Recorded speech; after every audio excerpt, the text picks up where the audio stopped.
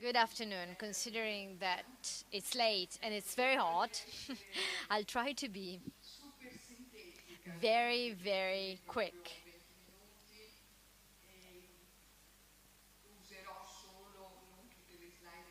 I will not use all the slides I had prepared, but just a couple.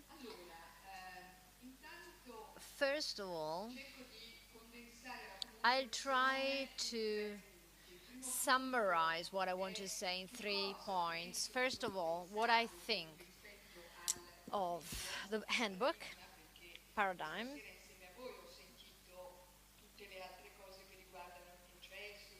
I've listened to the issue concerning the process, the working group, the situation, and then the interculture issues and intercultural skills and the proposals that come from the book, and then very quickly something on the future center, about the center to be created. As to the material and the way in which paradigm deals with interculturality, I will repeat that it is a very ambitious project for many reasons. Already the title, paradigm, is far-reaching, is not a practice, is not an experience, it is a model. So far-reaching in intentions. And the important things of this work are that it is a community work for a community as a whole, not just for one or two services. And the other thing is an attempt, because I think it is an objective that will need time, an attempt to overcome the rhetorics of interculturality and to reach the level of practice. So go beyond the suggestions and politics and reach the level of practice. Practice which is inspired by principles, but that very often are buffers. They are an attempt to control a reality that escapes us. So paradigm has these features. It aims at the community. It puts together different operators and points of views, tries in its applications beyond Viadana, because if it's a paradigm, it has to go beyond the local community. It has to be available for everyone. So this attempt to go beyond the difference between ideals and practice, and then the fact that it tries to support, to contain the fatigue of operators that work with this impact, but also operators that live in an intercultural and multicultural environment. Kids, teenagers are now second generation, but our children too have become a population, second generation hosts. So in 20 years there will be other doubts, not the doubts that we all have today. So let's deal with the theme of multiculturality.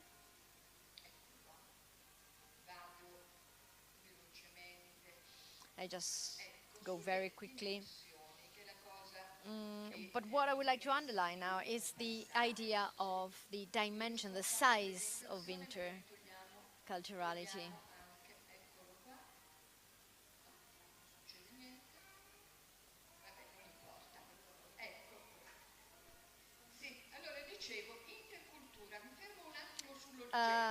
Interculture.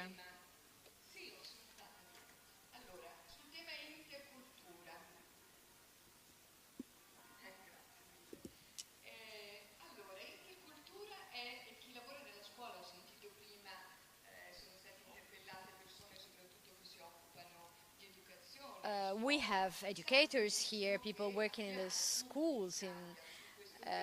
They all know that in Italy we have 22 years of practice and legislation, because in 89, which is a long time ago, we had the first um, document that dealt with intercultural education. From that moment on, it became the strong reference whenever there was interculture involved. What does interculture mean? What are the definitions that the operators provide? School health operators, psychiatrists. There are many definitions. And if we were to describe what interculture is for each of us, we would have very different definitions. We do not all see it in the same way. It has become a comprehensive term.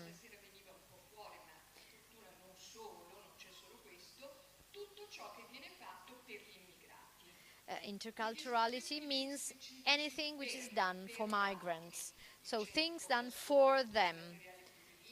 The multilingual material, the mediators. So interculture is what I do to respond to communication needs, the needs of those who have to learn Italian, relations with services.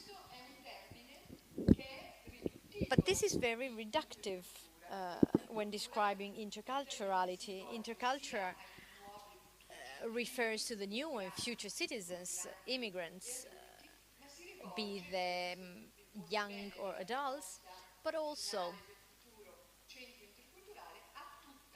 to the whole population of a community, Italians and migrants together.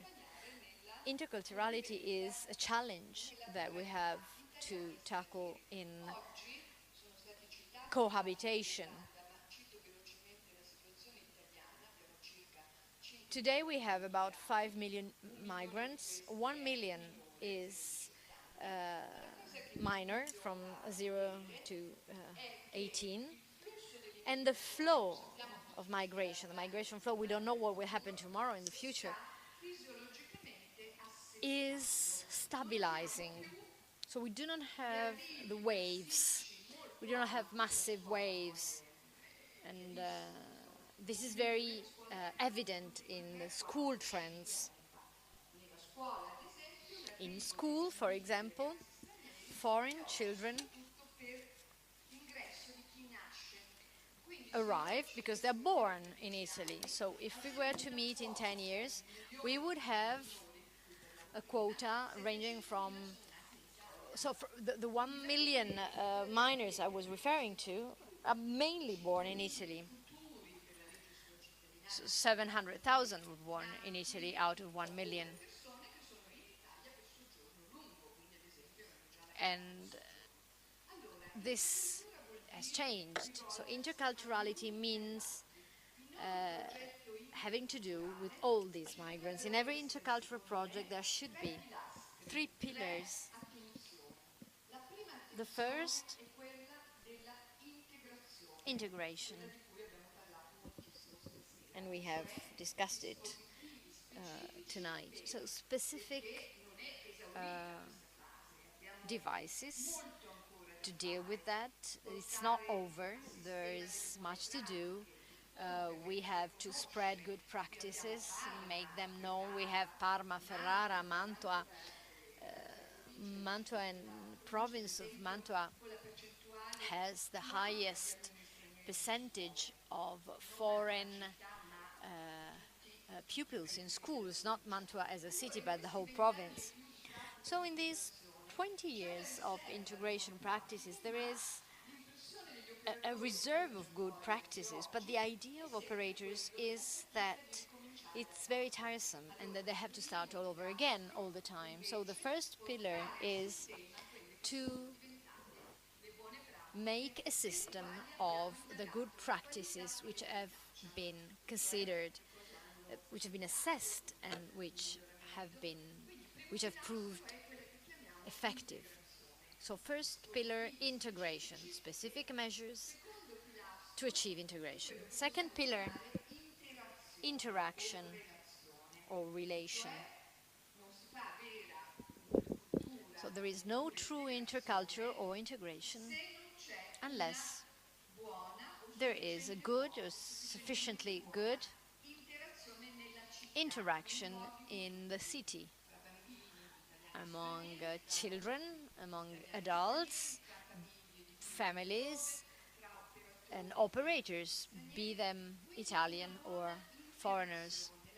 So a good interaction, the dimension of relations, because sometimes we focus on measures in favor of migrants, and we lose touch with the community. The difficulties that foreign children have to deal with in their relation with others, for example. So the second pillar of an intercultural project is paying attention to promote, improve, and repair relations.